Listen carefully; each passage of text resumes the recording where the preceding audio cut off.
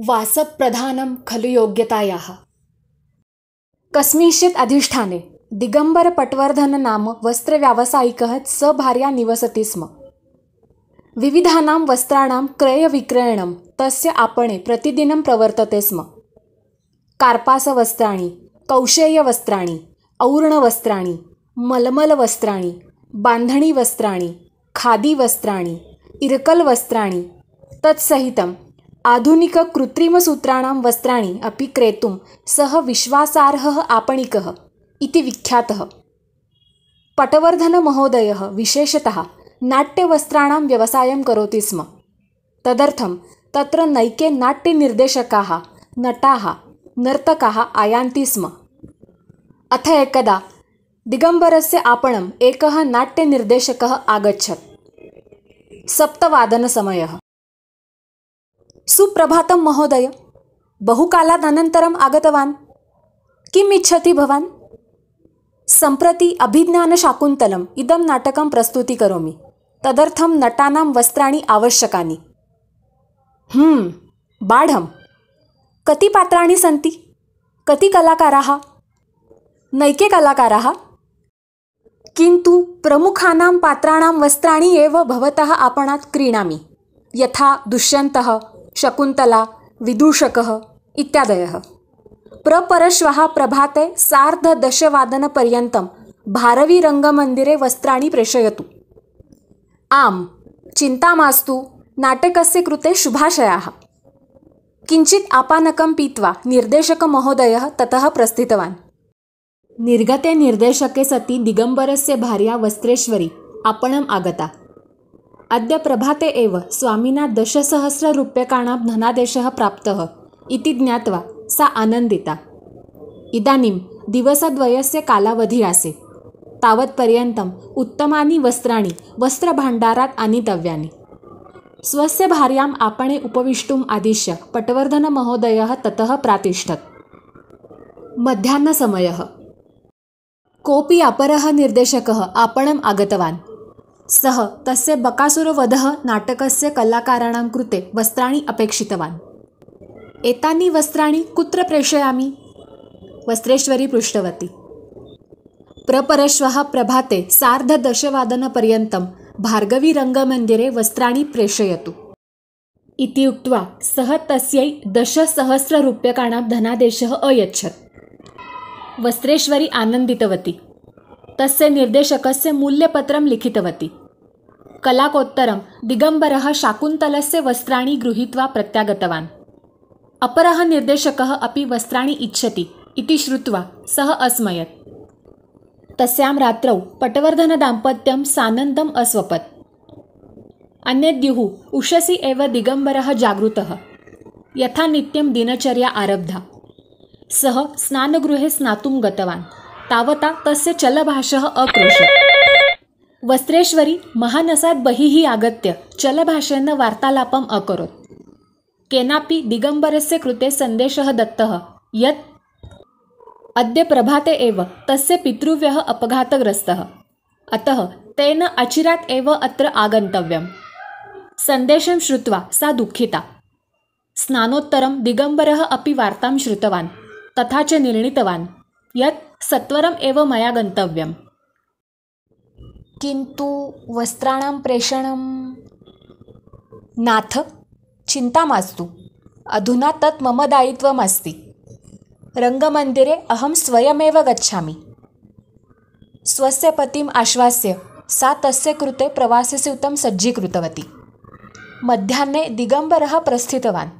सः पितृव्यस्य गृहे आसप्ताहं वत्स्यति इति निर्णयः जातः। तावता वस्त्रापणस्य दायित्वं वस्त्रेश्वर्याः आसीत्। गते नाथे वस्त्रेश्वरी द्वयोः नाटकयोः वस्त्राणि पृथक् पृथक् कृतवती। दिवसद्वयः व्यतीतः। अद्य नाट्यवस्त्राणि इष्टस्थलयोः सम्यक् नेतव्यानि।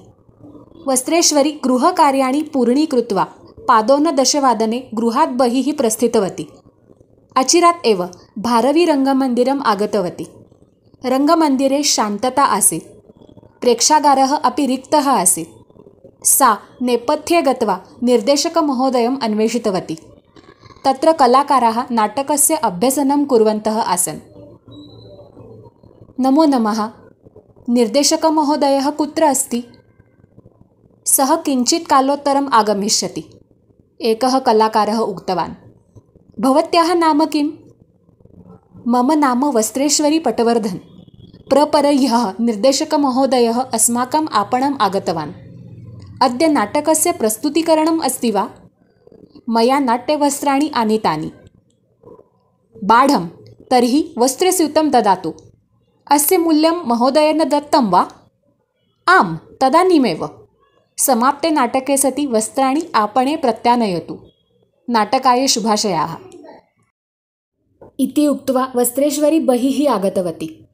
ततः त्रिचक्रिकया भार्गवीरङ्गमन्दिरं प्रस्थितवती। तत्रापि अधुना शान्तता आसीत्। रङ्गमञ्चे निर्देशकमहोदयः युवकैः सह वार्तालापं कुर्वन्नासीत्। सः तां दृष्टवान्। सुप्रभातं, भवती योग्यसमये आगतवती। दिगम्बरमहोदयः कुत्र अस्ति? दुर्दैवात् तस्य पितृव्यः अपघातग्रस्तः, अत एव अहम् आगतवती। हा हन्त। अस्तु, वस्त्राणि यच्छतु। समाप्ते नाटके सति आपणे प्रतियच्छामि। नाथेन निर्दिष्टं कार्यं मया सम्यक् पूर्णीकृतम्। अनेन समाधानेन वस्त्रेश्वरी ततः गृहं प्रति प्रस्थितवती। किञ्चित् कालादनन्तरं तस्मिन्नेव मार्गे तया महत्तमः वस्त्रापणः दृष्टः। सा वस्त्रप्रिया झटिति तत्र गतवती। अन्तर्भागे विविधानि शोभनानि वस्त्राणि प्रदर्शितानि। वस्त्राणाम् अगणिताः प्रकाराः आसन्। विविधाः शाटिकाः यथा इर्कल्, बान्धणी, काञ्जीवरं, नारायणपेठी, पैठणी इत्यादयः। तत्सहितं जीन्स्, लेगिन्स्, अनार्कली, शरारा, लाचा, गौन्, केप्री विविधाः प्रकाराः। वस्त्रेश्वरी स्वस्य कृते एकां शाटिकां क्रीतवती। तदनन्तरं समीपे एव एकस्मिन् खाद्यापणे पयोहिमं खादित्वा गृहं प्रत्यागतवती। भारवीरङ्गमन्दिरे कलाकाराः अभ्यासं कुर्वन्तः आसन्। अधुना अचिरात् एव प्रदर्शनं करणीयम् आसीत्। निर्देशकमहोदयः सर्वान् कलाकारान् सज्जीभवितुम् आदिष्टवान्। प्रथमम् एकेन कलाकारेण वस्त्रस्यूतम् उद्घाटितं। तस्मिन् स्यूते विक्रालमुकुटः, खड्गं, कृष्णम् उत्तरीयं, 2 शृङ्गे तथा च अन्यानि राक्षसविशिष्टानि वस्त्राणि आसन्। शृङ्गधारी सूत्रधार? सर्वे अहसन्। तत् श्रुत्वा निर्देशकः आगतवान्। भोः, किम् अभवत्? इदानीं प्रथमः प्रवेशः। अपि सूत्रधारः सज्जा अस्ति वा? सर्वथा सज्जा अस्ति। शृङ्गे धारयित्वा विदूषकः अवदत्। तदा निर्देशकः अकुप्यत्। प्राप्तेषु वस्त्रेषु पर्यवेक्षणं किमर्थं न कृतं?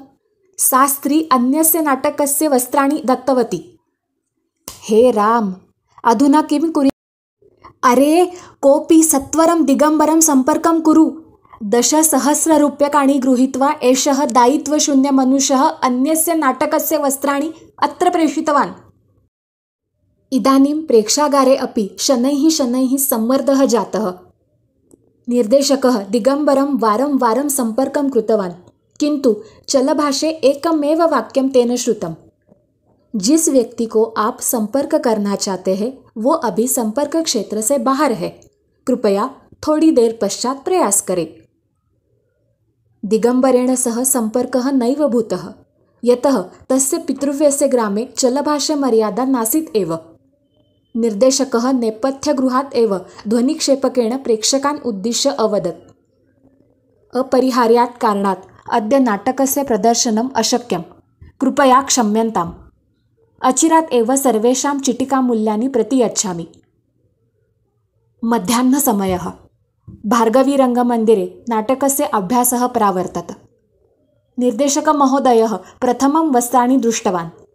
स्यूते एकमपि वस्त्रं राक्षसविशिष्टम् अथवा भीमविशिष्टं नासीत्। सुन्दरी शाटिका, राजवस्त्रं, ऋषिवस्त्रं, काञ्चुकीयवस्त्रम् एतानि वस्त्राणि। किं दिगम्बरमहोदयेन अन्यस्य नाटकस्य वस्त्राणि अत्र प्रेषितानि वा? इति चिन्तयित्वा सः अपि दिगम्बरं सम्पर्कं कर्तुं यत्नवान्। किन्तु हन्त द्वयोः अपि रङ्गमन्दिरयोः सम्भ्रान्ता अवस्था उत्पन्ना। सुदैवात् भार्गवीरङ्गमन्दिरस्य नाटकं सायङ्काले आसीत्। तावत्पर्यन्तं यथा कथमपि बकासुरवध इत्यस्य नाटकस्य वस्त्राणां व्यवस्थां सः अकरोत्। किन्तु तत्र भारवीरङ्गमन्दिरे तत्र तु निर्देशकस्य क्रोधाग्निः प्रज्वलितः। केवलं दिगम्बरस्य प्रमादात् नाटकं नैव भूतम्। सप्ताहः व्यतीतः। दिगम्बरस्य पितृव्यः इदानीं स्वस्थः जातः। अतः दिगम्बरः स्वग्रामं प्रत्यागच्छत्। वस्त्रेश्वरी स्वभर्त्रा निर्दिष्टं कार्यं सम्यक् कृतवती, अतः तस्य भर्ता तस्यै प्रसन्नः भूतः। श्वः प्रभृति सः यथा नित्यं वस्त्रापणम् आगत्य उद्यमे कार्यमग्नः अभवत्। अचिरात् एव तत्र निर्देशकः आगतवान्। सुप्रभातं महोदय, नाटकं कथं भूतम्? अग्रिमस्य नाटकस्य कृते वस्त्राणि इच्छति वा? केनापि सत्यमेव उक्तं। निर्लज्जः सदा सुखी। निर्देशकः सक्रोधम् उक्तवान्। किम् अभवत्? किमर्थं क्रोधितवान्? प्रथमं तु प्रभूतं धनं गृह्णासि, नाटकेतराणि वस्त्राणि प्रेषयसि, तदनन्तरं मामेव पृच्छसि? त्वादृशः वञ्चकः अखिलजगति नास्ति। अलम् अपभाषणेन भवान् मयि वृथा कुप्यति। किम् अभवत्? तव चलभाषा सदोषः अस्ति वा? नगरात् बहिः गतवान् किल? आम्, अत एव भार्यां प्रेषितवान् रङ्गमन्दिरे। किन्तु अस्मात् कारणात् एतावत् क्रोधः? किम् अभवत्? निर्देशकः तं सर्वं साद्यन्तम् अकीर्तयत्। तत् आकर्ण्य दिगम्बरः क्षमाम् अयाचत्। गृहीतं धनम् अपि प्रत्ययच्छत्। प्रथमः निर्देशकः ततः गतवान्, तदा द्वितीयः निर्देशकः तत्र आगतवान्। पुनरेकवारं दिगम्बरः ताम् एव घटनां श्रुतवान्। तस्यापि निर्देशकस्य क्षमां याचितवान्। सः बहु दुःखितः। वित्तहानिपेक्षा ख्यातिहानि दुःखतरा। अद्य वस्त्रेश्वर्याः प्रमादात् अस्य आपणस्य ख्यातिः न्यूनीभूता। इदानीं द्वौ निर्देशकौ सर्वत्र अपप्रचारं करिष्यतः। तेन नूतनाग्राहकाः नैव आगमिष्यन्ति। मम उत्पन्नं शनैः शनैः न्यूनी भविष्यति। हे भगवान्, अधुना किं करोमि? कलाकद्वयोत्तरं सः आपणस्य द्वारम् अपावृणोत्। गृहम् आगतवान्। स्वामिन्, अद्य मध्याह्ने एव आगतवान्। भवान् प्रवासेन त्रस्तः वा? वस्त्रेश्वरी पृष्टवती। आम्, किञ्चित् कालपर्यन्तं निद्रामि इति उक्त्वा सः शयनकक्षे अगच्छत्। सा तावता अवशिष्टेषु गृहकार्येषु मग्ना भूता। शयनकक्षे दिगम्बरस्य चिन्तनम् आरब्धम्। वस्त्रेश्वरी एतादृशी दायित्वशून्या कथमस्ति? अधुना किं करोमि? तां सकोपं पृच्छामि वा? किन्तु अतीते काले कलहेन किम्? तर्हि ताम् एनं प्रमादं कथं ज्ञापयामि? सा वारं वारम् एकमेव वर्तनं करिष्यति चेत् आवयोः उदरनिर्वाहः कथं भविष्यति? सः विचारमग्नः आसीत्। किञ्चित् कालोत्तरं द्वारघण्टा वादिता। द्वारे एकः प्रतिवेशी आगतवान्। तस्य गृहे सत्यनारायणपूजनम् आसीत्। अतः सः स्वस्य प्रतिवेशिनं भोजनार्थम् आहूतवान्। दिगम्बरः अन्तःपुरे आसीत्। सः सुप्तवान् इति मत्वा वस्त्रेश्वरी प्रतिवेशिनः निमन्त्रणं स्वीकृतवती। तदा एव दिगम्बरेण एका क्लुप्तिः योजिता, यया तस्य भार्या स्वप्रमादं सम्यक् ज्ञास्यति। रात्रौ भोजनोत्तरं शयनसमये तद् दाम्पत्यं पर्यङ्के उपाविशत्। दिगम्बरः क्लुप्तिविषये चिन्तितवान्। वस्त्रेश्वरी 3-4 शाटिका तं दर्शितवती। नाथ, श्वः अहं कां शाटिकां परिदधामि? एतासु शाटिकासु न कामपि शाटिकां परिधेहि, सः अवदत्। तर्हि कां शाटिकां परिदधामि? त्वं श्वः जीन्स् टीशर्ट् परिधानं कुरु इति दिगम्बरः उक्तवान्। श्वः देवपूजनं वर्तते, न तु कस्यापि जन्मदिनसमारोह। तत्र जीन्स् टी-शर्ट् वस्त्रं सर्वथा अयोग्यं। वस्त्रं तु वस्त्रमस्ति। तत्र पूजनविशिष्टम् अथवा अन्यकार्यक्रमविशिष्टम् इति भेदः नास्ति एव। अहमपि मम नूतनं सूटवस्त्रं परिदधामि। इयं सुदूरस्य प्रवासस्य परिणतिः वा? अपि भवान् विस्मृतवान् किल? उचिते स्थले उचितं वस्त्रं परिधातव्यम्। एवं न कुर्वः चेत् जनाः उपहसन्ति। चिन्ता मास्तु, न कोऽपि उपहसति। मया किञ्चित् चिन्तितं, यदि अभिज्ञानशाकुन्तलनाटकस्य कलाकाराः बकासुरवधनाटकस्य वस्त्राणि परिधातुं शक्नुवन्ति, तर्हि आवामपि पूजनविशिष्टे कार्यक्रमे समारोहविशिष्टानि वस्त्राणि निश्चयेन परिधातुं शक्नुवः। इदमाकर्ण्य वस्त्रेश्वरी सम्भ्रान्ता। दिगम्बरः शान्ततया तां सर्वां घटनाम् अकीर्तयत्। तदा सा बहु अरोदत्। अवदत्, इदानीं मत्प्रमादात् वस्त्रापणस्य अपकीर्तिः भविष्यति। तदर्थम् अहमेव कारणीभूता। क्षम्यतां नाथ, भवान् मह्यं क्षुभ्यतु, मां शासनं करोतु। मत्प्रमादात् आवयोः वस्त्रापणं मा रोदिहि प्रिये, त्वया अनवधानात् एषः प्रमादः घटितः। इतः परं निजदायित्वं सम्यक् पूर्णीकुरु।